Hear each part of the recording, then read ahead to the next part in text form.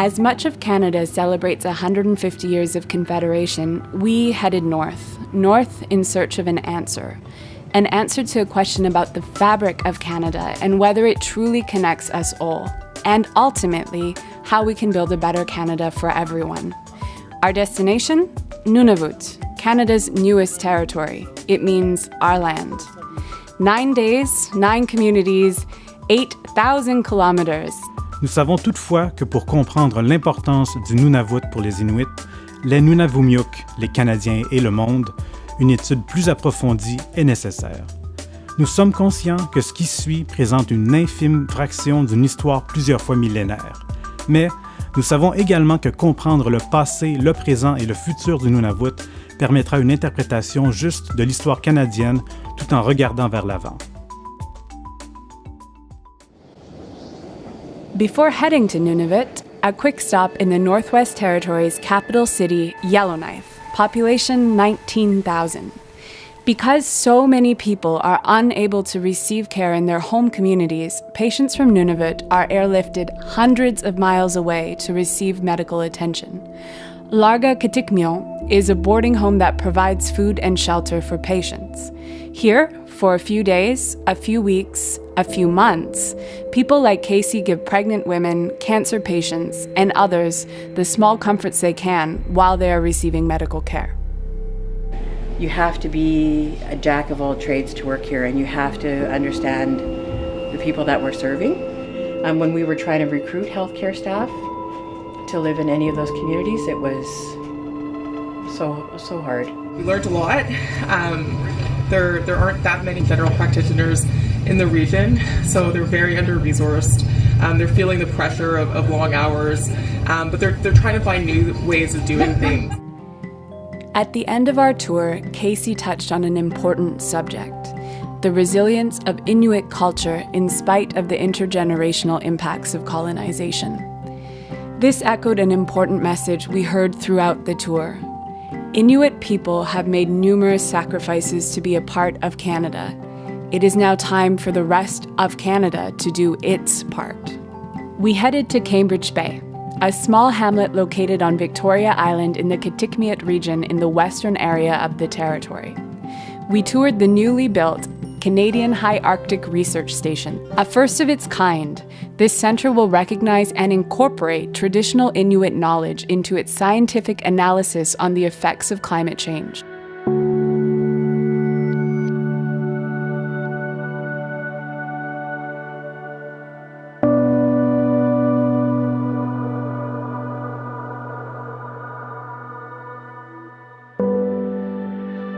A power that is taken for granted by many Canadians. The choice to live in your home community and not be forced to leave for work. The choice to give birth at home and not have to fly south. The choice for Inuit to thrive in a digital age while continuing a traditional way of life.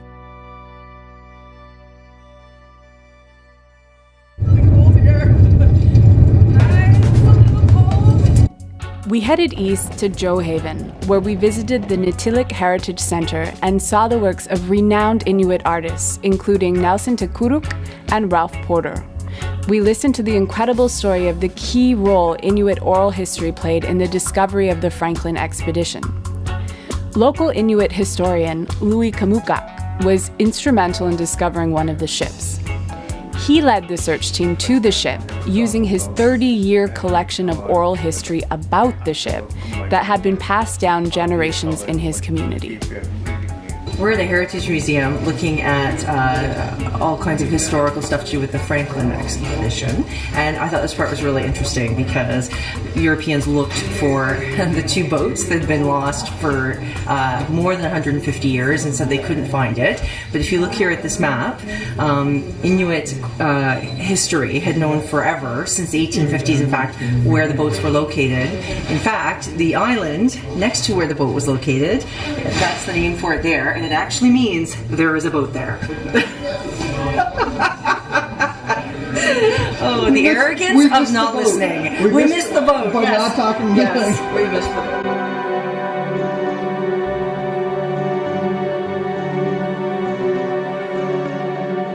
Food insecurity is a major issue in Nunavut, where 1 in 4 people in the territory do not have access to affordable and nutritious food. We stopped by local grocery stores in every community we visited. Food in these stores costs up to 3 times the national average. We just see a crazy amount of prices. There's $25 for Sunny D.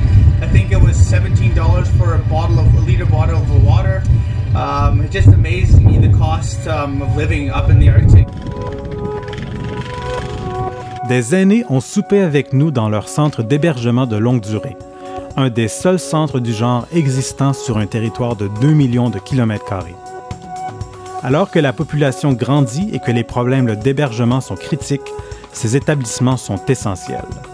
Demeurer dans sa communauté est ainsi un choix. En parallèle à d'autres problèmes d'infrastructure dans le territoire, le manque d'espace dans les centres d'hébergement de longue durée est un défi constant, tout comme celui d'engager des employés aptes à parler avec les aînés en Inuktitut. Le Nunavut est riche en ressources minières. Un grand éventail d'opinions au sujet du développement des ressources nous a été présenté partout dans le territoire. We're at Meadowbank Gold Mine, and it's actually Nunavut's first gold mine. Their level of Inuit employees or Indigenous employees is 30%, which relative to other companies that are doing this is apparently almost double. Comme groupe, nous croyons toutefois qu'une consultation plus étendue est nécessaire afin de porter un jugement éclairé.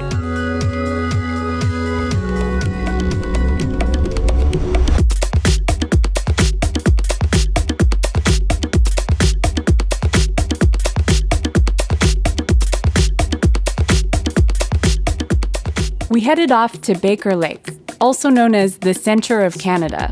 It's also Nunavut's only inland community. We were fortunate to land there on graduation day at the local elementary school. Our 4 boys and girls that had 100% attendance this year were Vladimir Hockby,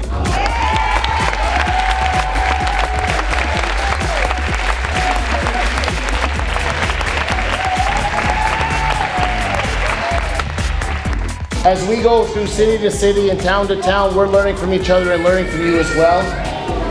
About health, about work, about play, about elders, and especially about the youth. And we're very proud to be here with you because we know that you're going to be the next leaders of Canada to build a better Canada as well. Everywhere we went, we were inspired by a sense of hope and optimism of Nunavut's youth. But the impacts of intergenerational trauma caused by colonization are present. And with that history comes a complex and unique set of social challenges, from sexual and physical abuse to mental illness. We met with local social and mental health workers, as well as a member of the RCMP. They told us about their experiences in working to overcome critical challenges. We met with the Women's Support Center. They take care of women coming into or supporting them to come into the workplace, promoting education. What we do also in Mianixi, we provide support to victims who are going to testify, especially for children who have been a victim of child sexual abuse. Rebecca, who's the leader of this association, expressed personal experiences that she went through herself. Inuit women face occurrences of violence crimes, including spousal abuse and sexual abuse, at a rate far above the national average. We pretty well know the cause of family violence, what causes that, and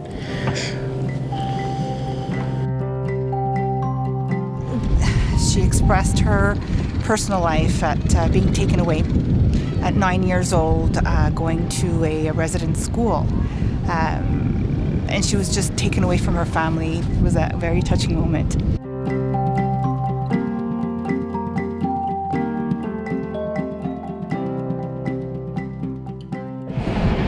So today we were in Baker Lake this morning and we were headed to Cape Dorset. But the winds were so high in Cape Dorset that we weren't able to leave when we had planned. And also because we had strong headwind against us, we had to stop for a fueling stop in Coral Harbour. And we think we're going to be able to make it into Cape Dorset, but there's still a chance that we might not, and we might have to go into Iqaluit. And the interesting thing is that this type of thing with weather in Nunavut happens a lot. It can impact medical services, medevacs, it can even impact food supply. So if you had bad weather or high winds for days and days and planes can't land, you might find your grocery store shelves empty of fresh items. We went into the airport where we started to speak with some of the locals who were waiting for a flight to get in, and spoke to one gentleman who started to share some of his story with me, about the community and the lack of opportunity, and then when I asked him who he was waiting for, he mentioned that he was waiting for his son, and then he asked me if I knew what had happened at Coral Harbour, and I said no. And then he pointed to one of the little boys that Jennifer was playing with, and he told me that that young boy had been stabbed 17 times by his mother, and that the other little boy, who was just a child, had been stabbed as well through the chest and just barely missed his heart. And unfortunately, the sister didn't make it. So that was a powerful moment that was unexpected, and I think I'm just digesting it at the moment. So that just happened about an hour ago.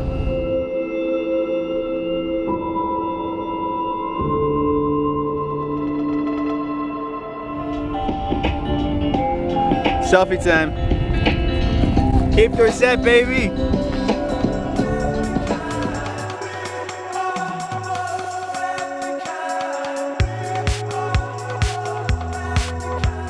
Nous nous sommes ensuite dirigés vers Cape Dorset, notre premier arrêt dans la région du Kikaktaluk. Cette communauté a été durement touchée par l'incendie de son école secondaire en 2015. Okay, ready? 1, 2, 3. Les élèves ont été affectés, mais également la communauté au grand complet. Malgré tout, Cape Dorset demeure une communauté résiliente, créative et chaleureuse. En effet, nous avons été accueillis à bras ouverts lors d'une fête communautaire. De la nourriture traditionnelle comme de l'omble chevalier, du phoque et de l'oie nous ont été servis.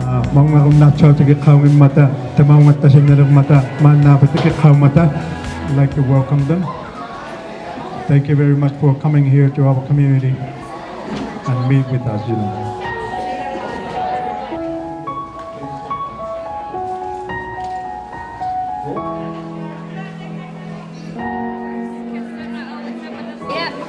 So I'm gonna be eating some seal. Don't choke on it. Don't choke? Okay, I'm gonna do it. It's really good. It's good. It's really good.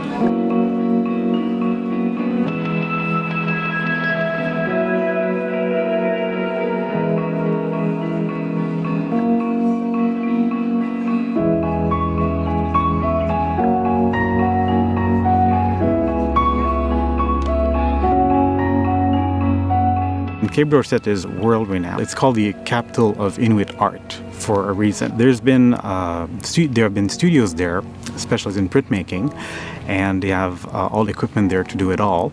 And so you have local artists who are able to produce their art there, but also to sell it. Bill Ritchie est depuis près de 30 ans responsable des studios d'estampes et d'imprimerie. Il a pu observer la croissance du rayonnement et de l'impact de Cape Dorset sur la scène artistique autant à l'échelle locale, nationale qu'internationale. Toutefois, ce qui passionne réellement Bill Ritchie est l'impact que ces studios ont eu et continueront d'avoir sur Cape Dorset. So it's people who made the big changes here for me. Yeah, just missing them and growing new ones, Yeah. We landed in Iqaluit, an Inuit hamlet in Fox Basin. Iqaluit were located here in just after the World War. We have a growing community. We have students, roughly around 500 We went to a great circus in Igloolik called Art Cirque, and they're world-renowned.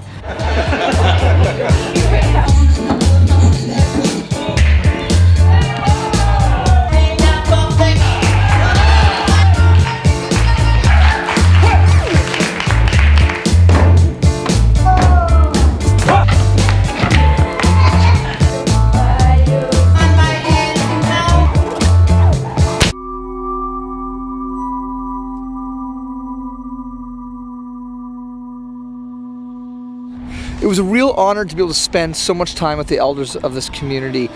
It was heartbreaking too, in a way, as well, because they saw us as members of the Governor General's Leadership Conference as a portal of communication to the Canadian government to be able to express some of their grievances. And one of them that I've been aware of for quite some time was the mass slaying of sled dogs. Him and his wife used to take the dog team and travel out to Baffin Island. There's no dogs now. It was, I guess, kind of tough when the government arrived. You know, if they saw a loose dog, they would automatically shoot the dog. And if you didn't have a snowmobile, if your dog was shot, then you had no means to provide for your family or go anywhere. His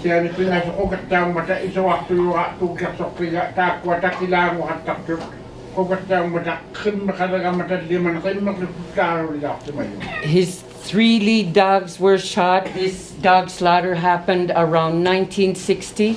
Today we are 2017. To date, we have not heard of an apology about losing those dogs, about those dogs being slaughtered.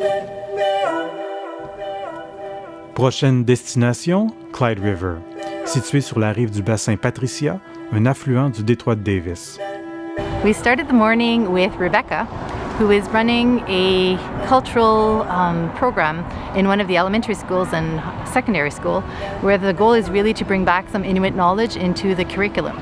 This year, we've tripled the graduation rate. This year, we are looking at 16 potential graduates. And our usual, the biggest graduation rate is 8.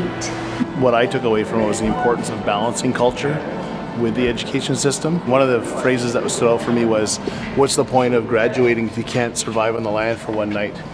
The integration of Inuktitut into the school was amazing. In the beginning, we were wondering about whether or not that was part of what was going on in schools, but we really found out that the strength of the teachers to bring that to the students is incredible. Clyde River made international news in recent years when community leaders and Greenpeace partnered to protest offshore seismic testing for oil and gas deposits in the region. The partnership came as a surprise to many, especially since Clyde River, like so many communities in Nunavut, had been significantly impacted by Greenpeace's anti-seal hunt campaign some years earlier. We met with former Clyde River Mayor Jerry Nadanin, who led the campaign against the seismic testing. So it started in 2012. I became a mayor, and the company, they were visiting here consulting. They've been here before, and before that my father was an elder then, staying home and sick. So I go to him and I told him, you know, they're planning to do all this, seismic cannon blasting, looking for oil down there. And I thought he was going to be gung-ho, yahoo, and all that. But, you know, he said, grumbling, you know, we have to stop that. You have to do everything you can to stop it because it's going to hurt the seals and whales. Went to the Supreme Court, and really, really exciting. Where are we going, guys? We're going dog sledding. Woo! Woo! Rap video, baby. From people. Get it out the mud. Yeah, yeah.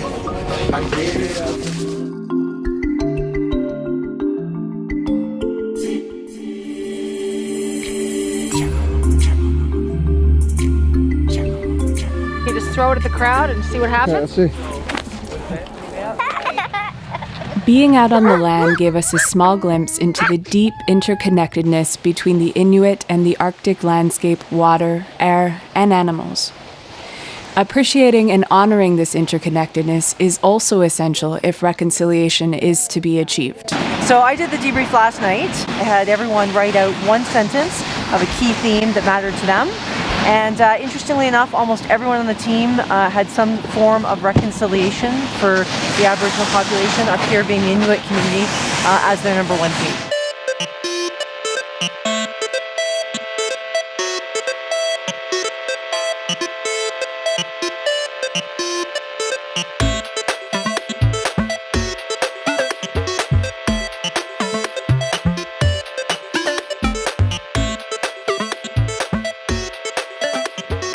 We headed to our last stop. Iqaluit is Nunavut's capital and the largest and fastest growing city in the territory. The city is thriving in many ways. There's a vibrant emerging art scene, and the local economy has grown well beyond its roots as a traditional fishing spot. The impacts of colonization, including residential schools, still reverberate through the community and manifest through the overrepresentation of Inuit in the jail systems, in family violence, and in poverty.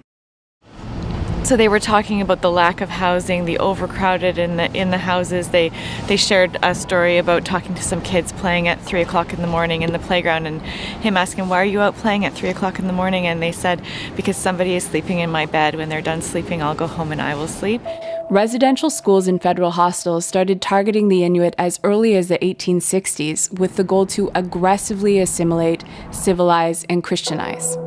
The last one here closed in 1996. So back in the 1950s, they built, the U.S. Army built a barracks base. After that, they left it here, and the city bought it for $1. And they took Inuit children from all the different communities up north, and they brought them here. They took their identity, their values, who they are as an Inuit people, and they put them in this building here for 10 months out of the year. Iqaluit is not immune to the impacts of colonization.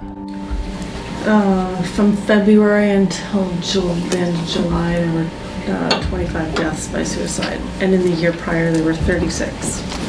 So in February to July. So we looked at all the factors, what's going on. And if this continues, we're going to have a rate 500 per 100,000, as opposed to the 10 in Canada. What is the message that we need to represent at the Governor General's conference on Thursday? We love living here. We want our kids to live. Perfect. It's beautiful.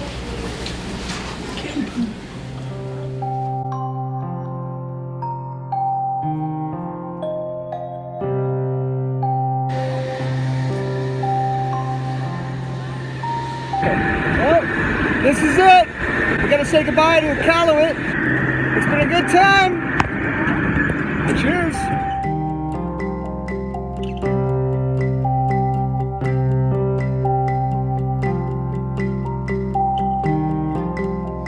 So here we are in the traditional territory of the Algonquin people.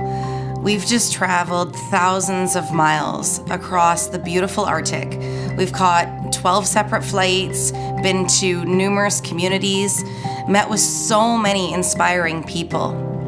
And although we haven't had a lot of time to reflect, that we've really been able to acknowledge that Canada 150 isn't being celebrated by everybody in Canada, and that we need to acknowledge we have a lot of repair and work to do to make Canada whole. In everything that we do, whether it's economic development, entrepreneurship, innovation, it needs to be viewed through the eyes and the lens of reconciliation and how we can support Canada's Indigenous people. We went up to Nunavut with a lot of questions.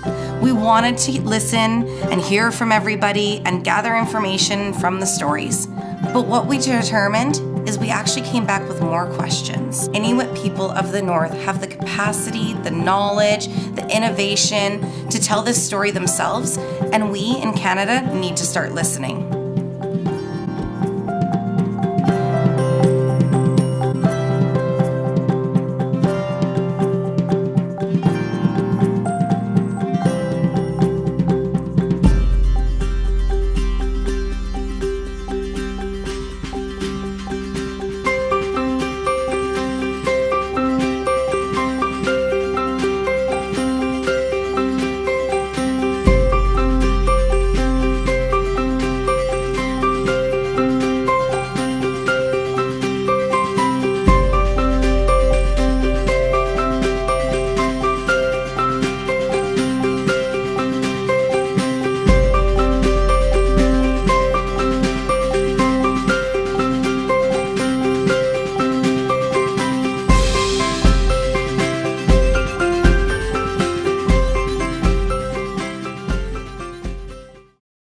Go to what?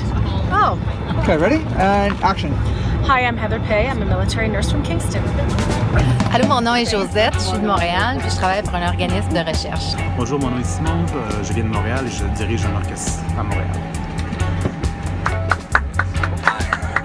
Dan. No, a little louder. Cheapers, come on. Hi. I'm Jen. I'm from Calgary and I work in oil and gas.